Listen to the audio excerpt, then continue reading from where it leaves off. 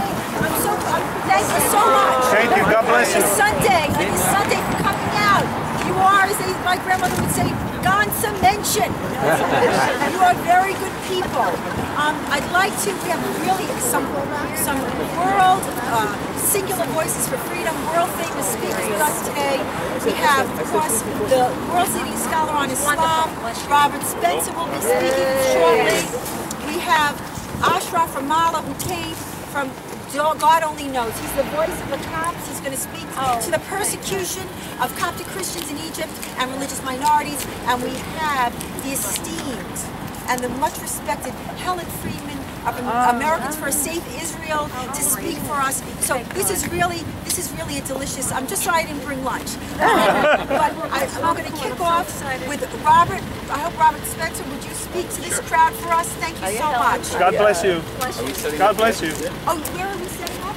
Where's Pamela? There's a microphone right over there. Ready? Eddie? I think there's a mic right here. I think she's over here. She's not. Okay, while she's setting up, there's a number I'd like to see for you, ladies and gentlemen. You know, my prior life. One of your Friday night videos? One of my Friday night music videos, blues. I think the event today went really well. You know, I was really struck by the turnout. I couldn't believe they set up a jumbotron outside. I mean, that was fantastic. And you know, at the end, the Lord works in mysterious ways, because here, a little talk, and that's all it was. It was a little talk at a men's club that was going to be what? 25, 50, 60 people. Then they had to move to the big sanctuary. And at the end of the day, these are teachable moments for the American people. Because you think that people know that a little Jew can't speak to a men's club in Great Neck, Long Island? I mean, it's unbelievable. And people were astounded by this story. And they're reading it in the news, and this hater, and this, and they're thinking, you know, they never show evidence. You know, with me, 3 books, hundreds of articles, you know, literally over 25,000 posts. You could pull one quote, one. You know, I update the blog every day, 50 times a day. Show one thing where I'm a hater. Show one thing where I've said any of the things that they accuse me of. They cannot pull one quote because it isn't there. They say things that I said that I never said. They say that, yeah, well, Rob's going to speak. I was just entertaining. I was warming up the crowd. Warmed up before we got here. This is Ashraf Ramala. He's the president of Voice of the Crips. Yeah, it's not. Well, people can hear us, you know. Yeah, this is your camera, and it's too loud. So Robert is going to speak first. Miss Geller? Miss Geller? Yes. Can I say something, please? Yes, sir. You really did just walk Something right that should from be obvious to all. Okay. It was very clear today why the Interfaith Alliance You can move around me. wanted you not to speak. You're very obviously more important Thank than the you rest of for us. Is that what you're trying to imply? bringing the Do truth. you know the rabbi that invited me to Temple in New Jersey? Do you know he left the Interfaith Coalition because the imam would walk out before the hot tikva? Now, I think there's a lot that goes on in those interfaith coalitions where our people are shitting themselves, are humiliating themselves in order to, quote-unquote, get along. That's right. So I think that's very telling that in his interfaith coalition, that rabbi was forced to leave. Well, no, he resigned because he had a conscience, because every time they played the hot tikva, the imam would leave. So I applaud the rabbi for leaving, and we need to speak more to the truth. I'm so happy that they didn't shut you up. Yes, really, They can. They made every effort. They can. They really can. As long as people stand up. You see, as long as you will stand up, because it is. I said to Robert, I said, you know, people are thanking me for being there. No, I'm thanking you for being there. I'm thanking you. You're the heroes. I can't understate your participation in this enough. It's a big deal, and I salute you. I salute every single one of you. You have no idea. It's so much easier not to come. I know that. I know that it's easier not to come. But once you know, good men, evil prospers when good men do nothing, and you are good men and women. You are good men and women. Okay, Robert, is the mic working? I don't know. Is the mic working? Well, it's, yeah. So But Robert, the camera's too low. I can't get my camera. Should I Yeah, Squat. just watch the stand because I couldn't get it low. He's trying to help you raise it. Yeah, I have one like that. This is just for It's not my this is usual for the video, right? Yeah. It's not Yeah, it's not an amplified. It's Okay. for the camera.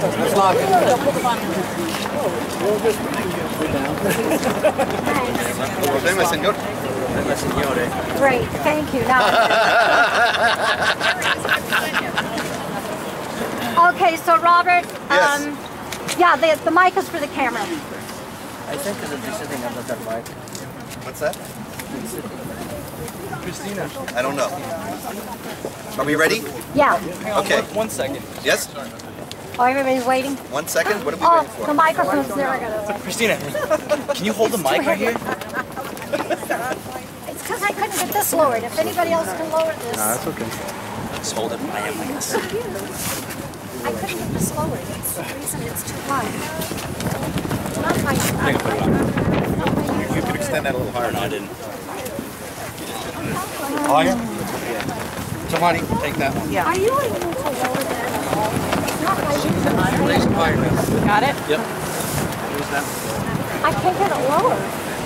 All right, now it's going to have to go on. Yeah. Good? Yeah, I don't see Thank why you, not. guys. Okay, we'll just have to make do. Let's go for it. Good afternoon. Thank you all for coming. It is very important in the first place that we remember why we are here. And that doesn't just go back to the events of the last few weeks. Let's recall for a moment that right after 9/11, we all heard again and again and again that all the Muslims in the United States were moderate and completely rejected and denounced and abhorred the terrorist attack that happened on September 11th, 2001. But what happened then? What happened after that? What happened after that was the beginning of a systematic campaign that is completely inconsistent with that claim. Because the claim was that moderate Muslims rejected 9/11, rejected terrorism, and yet everyone who has stood up against jihad terror, everyone who has spoken out about this evil has been demonized and smeared and tarred and marginalized. And make no mistake, this is no accident. This is two halves of the same coin, two sides of the same coin. That on the one hand there was the violent attack, but on the other hand, and we have to recognize this, there has been a 10-year, 11-year campaign now to make sure that everyone who is working to resist the encroachment of the same ideology that motivated those 9/11 attacks, everyone who is working to raise awareness about the nature of Islamic law and how it is in contradiction to the freedom of speech and to the freedom of conscience and to the principle of the equality of rights of all people before the law. Everyone who has done that has been freezed, isolated, and tarred with the most serious charges that are never substantiated because they never can be substantiated. And the ultimate end goal is to make people afraid to resist.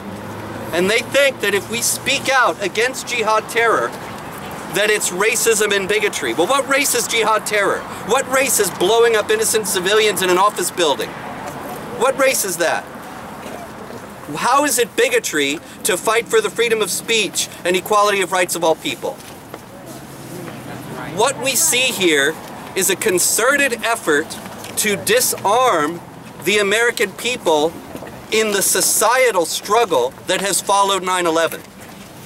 What we see was manifested most vividly in an event that happened around the Fort Dix aborted jihad attack. You may not know, everybody knows about the Fort Hood jihad attack that the Obama administration calls workplace violence.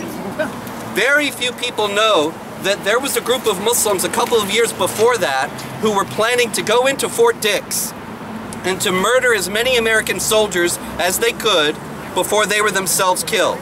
Fort Dix 6. Now look, how did the Fort Dix 6 get caught? I'll tell you.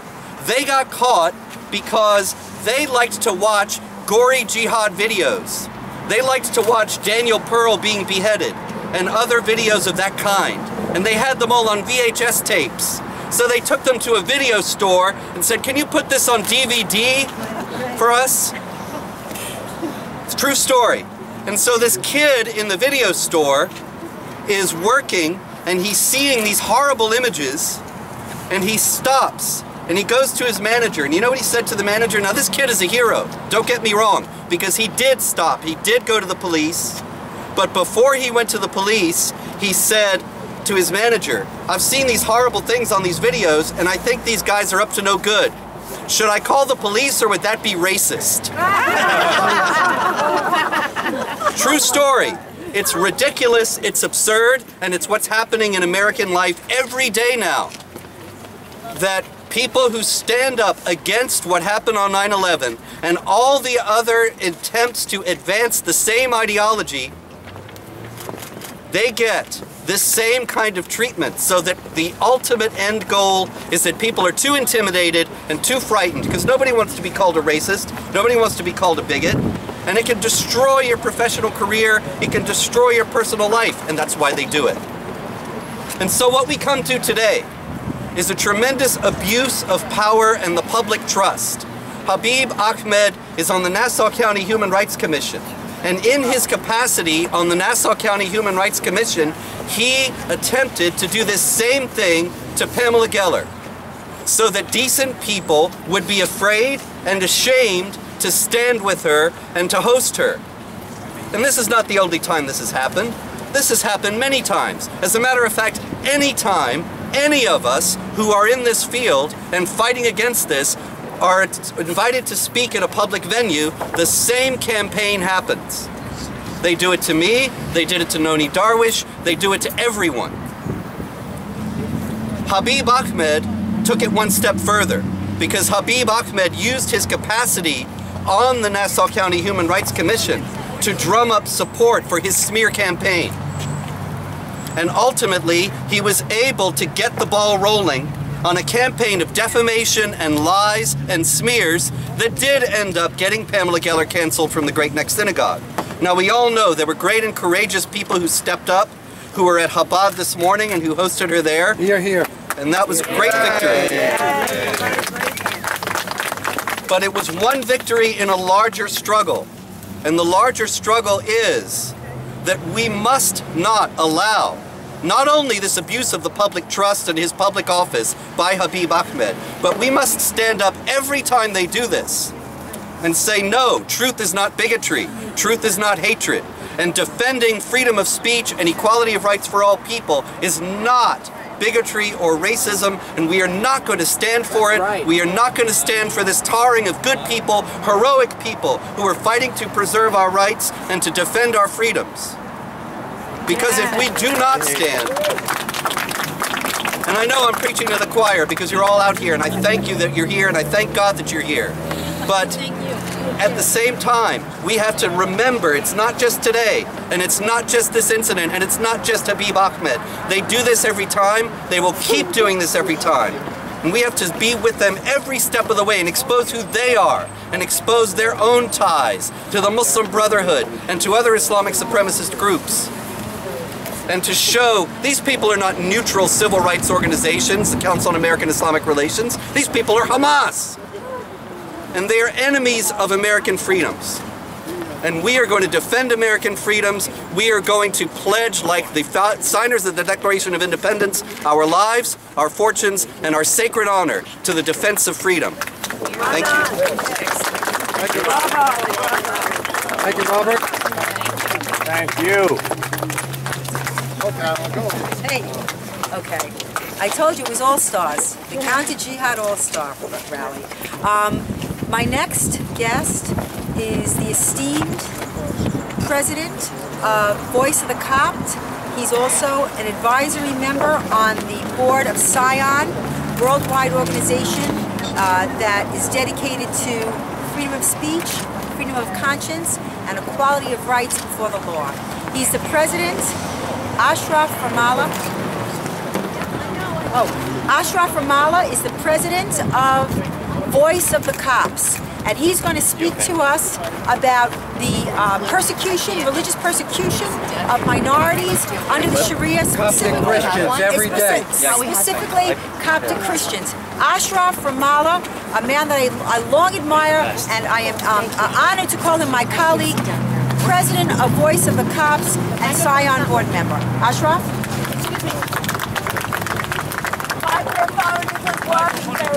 There's no amplifier. It's only for the camera.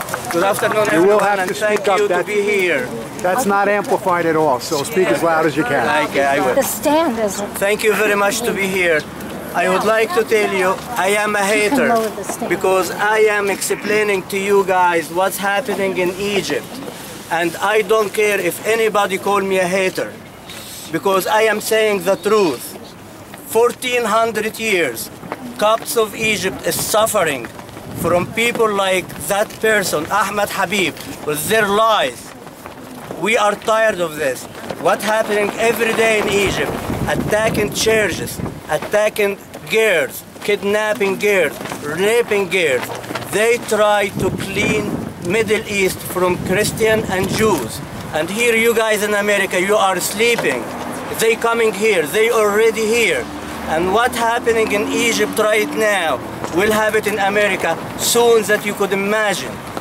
If we don't start to defend our freedom of speech and our freedom of religion, I am here to ask your help.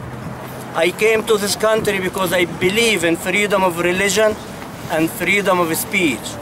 And you guys trying to take this away from me. If you are not standing up, if you are not putting your foot in the ground and fight for it, all of us going to lose our freedom of speech. Don't believe anyone saying to you, Islam is a peace religion. It is a lie. Start with George Bush. I had a lot of admiration for him, but once he said this word, he was a big liar. Not because he's a liar, but because somebody else tell him to say that, and he was naive enough to say it. I don't want any one of you become a naive person. Read the books. Read books, not the books written by people to give you the poison and the honey. Be careful, because whatever written inside the Quran is killing the unbelievers. There is 75% hate and against anybody else that is not believing in Christianity.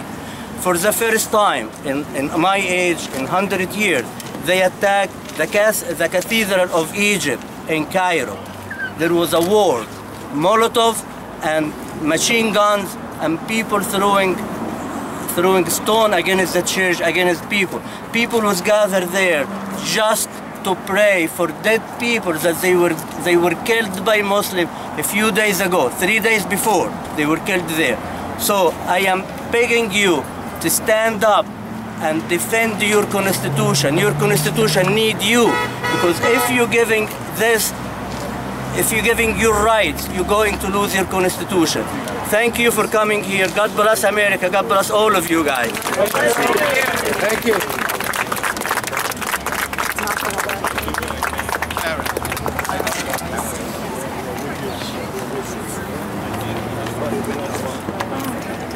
Is that the only people who are speaking? No, there's going to be, I don't know where they went, they must not realize the stuff. It's the extra weight of this. Yeah, I don't have a good stand on it. You need to wait, you need to sandbag. Thank you, Ashraf. I don't know if you understand just how critical it is for Coptic Christians living under the Sharia in Egypt. Christians, Jews, Zoroastrians, Buddhists cannot be silent. We cannot allow what's going on, and we must call the Obama administration to task for not only the abandonment of religious minorities, but when it got so bad for religious minorities under the Sharia, what did Obama do? Obama's State Department merely removed that section from the annual report. As if a tree falls in the forest, I guess it doesn't make a noise. I mean, it's outrageous that that's what you would do, that you would eliminate the reporting on religious minorities because it got so bad. We see that with the DOD and the green on blue attacks, that they reclassify them as something else. Where, we had a soldier who was giving candy and toys to children in Afghanistan, and they killed him while he was giving the candy out and the toys out. And that was not classified as a green on blue attack. If that's not a green on blue attack, then what is? My next speaker has been a warrior for freedom, for Israel, and for the shared value systems that Israel and the United States both enjoy and respect: individual rights, equality of rights under the law. Helen Friedman is singular. Another, yes, Helen, yes, please, applause. Is another brave, and when I say brave, what is the bravery? The bravery is anyone that takes up this issue is demonized, marginalized, rendered radioactive, destroyed. Your name, the one thing, the only thing that, in my opinion, that means anything in this world, who and what you are and what you stand for, is destroyed and smeared because you speak for freedom. And this woman is unwavering. And so I want to thank Helen for coming from far and agreeing to speak to us this afternoon. Helen?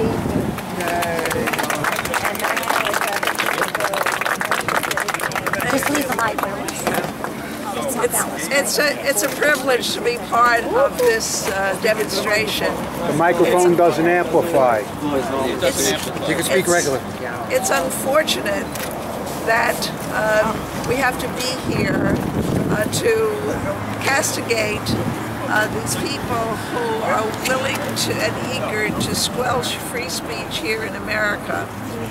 We have to remind everybody this is not Islamistan, this is America, and we enjoy freedom of speech here, and we will speak out on every subject that we wish, and we will stand on the streets of America with our flags and with our banners and signs and say the truth. Now, there is a cancer here in this society. Tragically, it is being promoted by the leadership in the country. The leadership, the White House, President Obama, the Pentagon, the Department of Defense, are unable to call a spade a spade. They're unable to say that there is jihad here in America. They're unable to call the Fort Hood killing what it was, is an act of Islamic terrorism. They call it workplace violence. It was November of 2009 when Nidal Hassan, yelling Allah Akbar, having just gotten off the phone with his Al-Qaeda friend, that Nidal Hassan went and killed 13 Americans and wounded 32 in a very, very, very clear act of Islamic terrorism. It was called workplace violence. The people who were wounded and the people who were killed are trying to be awarded, of course not the dead but their representatives, they awarded the Purple Heart for their valor, for being killed in action. And they have not been given this Purple Heart, and it takes a congressional action and all kinds of efforts and petitions and lawsuits to make this happen. The same year, prior to the November 2009 event, the same year, June 1st, 2009, there was a very, very tragic event that occurred that was also Islamic Jihad terrorism.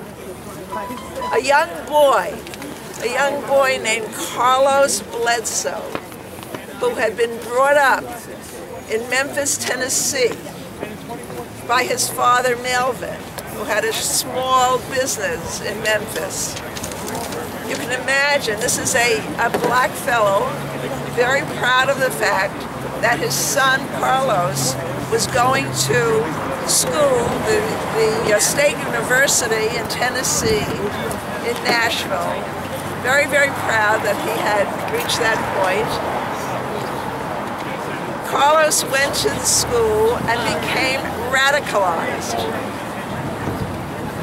within the school. They sent him to Yemen.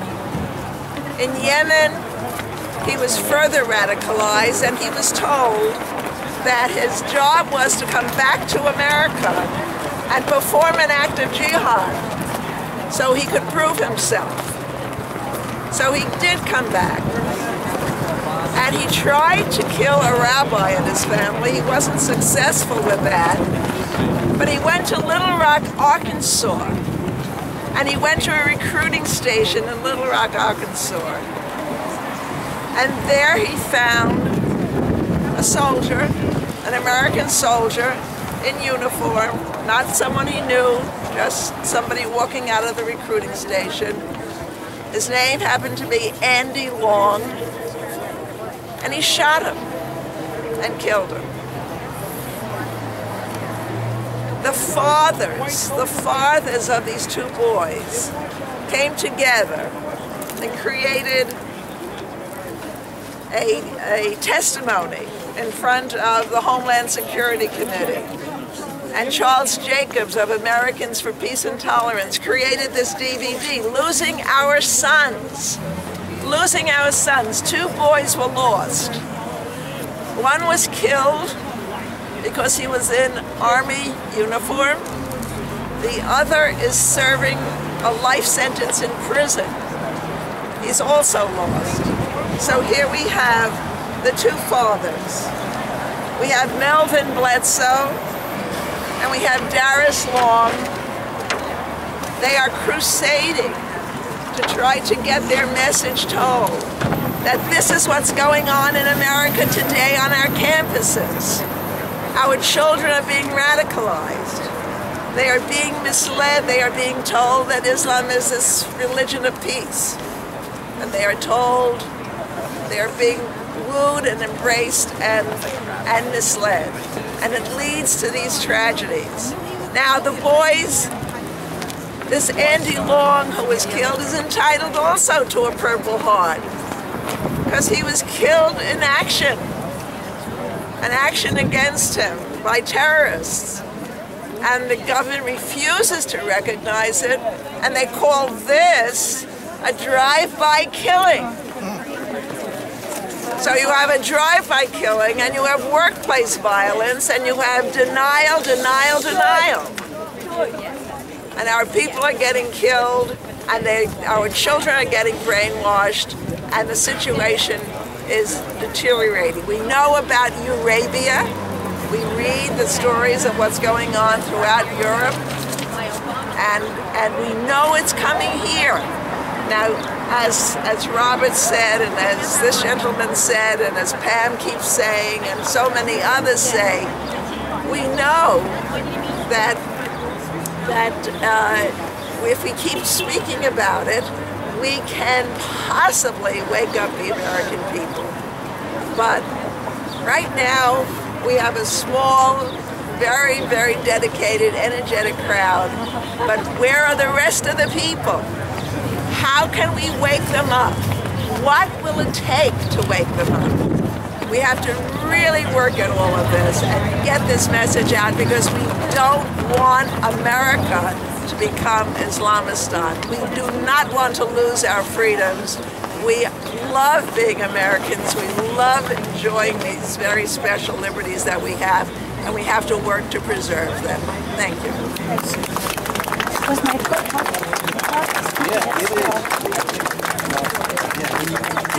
Helen, thank you. I told you it would not disappoint. You know, someone just gave me this piece of paper that was being given out at a synagogue. The Pamela Geller controversy. I should say non-traversy. We all know that hate mongering links to persecution and stereotyping is evil. Okay, but before Geller's cliches on honor killing, if I had never heard an inhumane statement before, that's it. These girls that are slaughtered because they don't want to wear hijab or they want to lead a Western life. So my cliche lies on honor killing, female genital mutilation, oh, that too is a lie. Although we know that 96% of the girls in Egypt have been clitorectomized, okay? They are, because I call attention to this grotesque human rights abuse, oppression of women, stoning. Okay, that's all, what is it? Cliche lies. Tell that to the millions of dead. Tell that to the voiceless that can't speak. I mean, okay, a little bit of research tells you that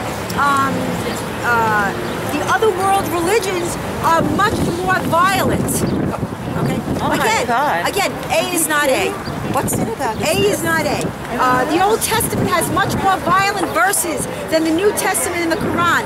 Excuse me, but I do not see Jews killing other people or going into pizza parlors, strapping one on, screaming, Hashem Akbar!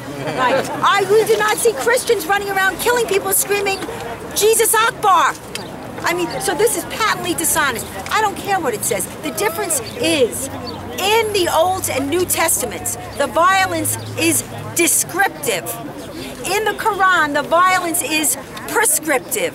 Do you understand the difference? Yes. Yeah, well, they don't want you to understand the difference. Orthodox Judaism treats its women far more harshly than Islam. Why does not Geller launch a movement to save Orthodox Jews? Because I don't have to. Because if they don't want to do it, they can leave and nobody's going to kill them. That's the line. The line is compulsion. The line is force. If you don't want to live as an Orthodox Jewess, then you leave. End of story. In many circumstances, if you don't want to live as a Muslima, you're killed. We have seen a spike in honor killings in this country. Aqsa Parvez, Amina and Sarah Saeed, Noor al-Maliki, Asia Hassan. I mean, who speaks for them? Does this Muslim group speak for them? I don't think so. But this is just more of the same hypocrisy of Geller and her friends. That's you, mi amigos. Amen. But this is just one lie after another. Pamela Geller has the same freedom of expression that the KKK goons. I'm a KK goon, okay? This is the level of ad hominem attacks. According to them, Mother Teresa is a religious radical like Sheikh Karadawi. Seriously, there's a very good article this week Carolyn Glick wrote about this cancellation called Moral Equivocation in Jihad. I suggest you read it. Mind you, in this page of defamation, libel, and smears, there's not one quote from me. Nothing I ever said. So I just want to thank you. We can mill around and chat. We'll exchange cards. Thank you for coming out on a beautiful Sunday to fight for freedom. Your children will thank you. Believe me, you are a godsend. You are divine, and I am proud to stand with you. God bless you. Thank you.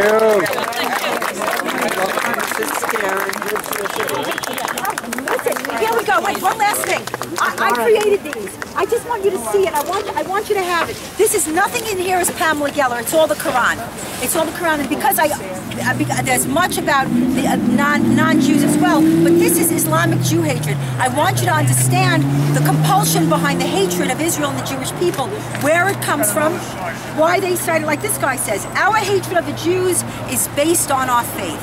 And these are the Quranic texts. I'd love for you to pass it out. I'd love for you, because you need to understand the ideology that motivates this genocide. Excuse me. Yes. Yes. Yes.